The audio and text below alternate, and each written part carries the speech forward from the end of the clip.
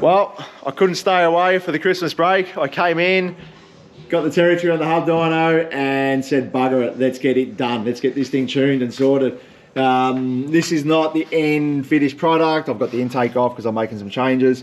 But essentially it's done, and I'm absolutely stoked with it. So I'm going to give you a quick rundown of what's in it, what's been done. For those of you who don't know the car, Ford Territory, Barra, we were one of the first to run a 9, first to run the 8s, first to run the 10s in these cars. Yes, it's a Ford Territory. It's not the greatest achievement in the world, you know what I mean? But it's an achievement, and you know, they're a heavy car, 4-wheel drive system, and it takes a fair bit to get these cars to work. So it's been a great learning curve and fun along the way. So still runs a ZF transmission in it. This one's done by DSR down in Dandenong. Or Curram Down, sorry. Runs one of our modified transfer cases, which is completely locked up. So it's full 50-50 split front to rear, hence how we can do a 2-wheel drive dyno just by simply pulling the shaft out. Runs a 4-litre Barra, billet crankshaft, runs a CNC Blackwell Racing cylinder head, Calfa camshafts, Nito rods and pistons, and then obviously just the usual bits and pieces like Haltech ECU, Nispro Plenum, still runs the B-Series throttle body with our adapter. And the heart of it all is the T4 split pulse GTX 42 turbocharger, which Kip has completely reworked internally. So this old setup that we had, we ran a 942 at 146 mile an hour, I think it was. We backed it up at 2 different tracks and campaigned that for quite some time, and it was a really, really good turbo. But after we bent a rod, we ended up upgrading it to the new combination we have now. So this new turbo, the whole theme with this was to always make the most amount of power. We were hoping for 900 kilowatts. Now that's a lot for this frame turbo, but we were hoping to make the best average power across the graph as physically possible. So what I mean by average, basically I want to have the maximum amount of power for the maximum amount of RPM range. So rather than have like a 2-stroke, I wanted something that made power off the bottom and carried it all the way. And this new combination is working really well. So a couple of things with this combination. It runs the water method system, which is all controlled by the Haltech. It is a direct port system and is dedicated methanol. We're not mixing water with this one at all. It's pure methanol. And it works really, really well. Quite happy with how that's working. It's a new experimental thing that we're doing for ourselves. It's no rocket science. People have been doing it for years. But it's something we're just playing with now. And, you know, my car's the best candidate to do this stuff. Where are we going to go with this car now? We'll get it back to the track. I'd like to run an 8 in it, but I'm not overly concerned whether it does or doesn't. We've got Joe's car to campaign that, and we'll continue working with that car in the future and get it deeper into the 8s and hopefully into the 7s. So, but this one now will just be an 8-mile racer, street drag events, stuff like that, daily duties, Bunnings, throw the bikes in the back, take the kids out on the bikes, just use it as a family car, hence the reason why I want average power. So, but let's have a look at the dyno graph. So 880 kilowatts is what we ended up making, 1369 newton meters, and there's the power. So you can see, from pretty much 5,000 revs or 5,500, we're carrying that all the way to 8,200 revs. Now that's a lot of revs for such a small turbo, but as you can see, it's actually holding the power the whole way and maintaining it. So the average power is probably around 840 odd sort of kilowatts, which is really good. So being a ZF, we've got lots of gears.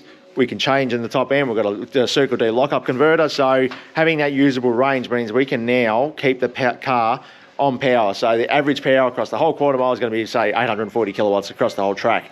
Where before, we were making peak power quite early in the rev range, but it was rolling off quite heavy, quite late. So, it was all over by 7,000 revs, but we needed to turn to 75 to get the gear ratios right and so on. So as you can tell now, we've got full range of RPM. I've got more RPM power range that I need, so I can now pick the best suitable spot to shift gears and find what's going to get the car down the track the absolute fastest, which is good. 8,200 revs out of a 4-litre is absolutely cool, and we know they do it. We've been doing it with Joe's, and it works a treat. So I'm just trying to think what else there is in the car. It's got the Haltech obviously plug-in, it's got the EGTs on it, Platinum Racing coils, it's got the Siemens 2400cc injectors, one of our mechanical fuel pumps. It's got a methanol tank in the back. Still runs the factory M86 rear diff with one of our diff hats. Big 4-inch intercool in the front bar and plate. You know, the car's been used as a development mule for a long time, and we just keep throwing things at this just to test it. And yeah, look, one thing I'd like to say is that we've got the Calford cams in this, and a lot of people put these cams in and they just dial them in with the locked vernier gears, and that's it, and they just leave it. But to give you an indication, I was able to find another 1200 RPM, extra RPM range, and carry the power in the top end by playing with the inlet and exhaust cam. I was also able to bring the boost on 1500 RPM earlier in the bottom, you know what I mean, by simply playing around with the same inlet and exhaust cam, you know. So there was a good 80 to 100 kilowatts off the very bottom that I was able to make extra on top of that. Now, if you had locked vernier gears, that's not something you can do. You have to take what you get, and you have to find the best power band and power range to suit the required target that you're doing. Where in this case, I've got the best power band across all ranges under all conditions. Which is a very good contributor to the reason why we've got some really good average power across the power range. So if you're ever looking at doing these stuff, you know, really spend the time, put the variable cam timing on, use it. People say it doesn't work. It does work. You just got to spend the time and dial it in. And once you dial it in, as long as you've got good oil pressure and good clearances in the top end and everything works, you're not going to have a problem. You know, to give you an idea, we've got 95 pound oil pressure in this thing. It runs a Monster Torque billet oil pump in it. Super tight clearances in the top. You know, Andrew's done a killer job in the top end, so we've got minimal bleed off in the top, and we're just good oil flow and good oil control to the VCT controllers, and mate, it works a treat. So, but that's pretty much where the territory's at now. We'll get it back out to the track now and get racing and have some fun and start driving again. It's been off the road for so long, I can't remember how long it's been off, but it's been a good couple of years, 2 or 3 years possibly. So, but anyway, guys, thanks for watching. I'm now signing off. I can now enjoy the rest of the holidays, the Christmas break, and yeah, no, I'm coming back next year with a functioning car, which is going to be great. So I've got some footage coming up after this. Check it out. Let us know what you think. Hopefully the quality sounds pretty good. The car's absolutely singing. Stoked as. So anyway, guys, thanks for watching, and yeah, we'll see you out in the track soon. Catch ya.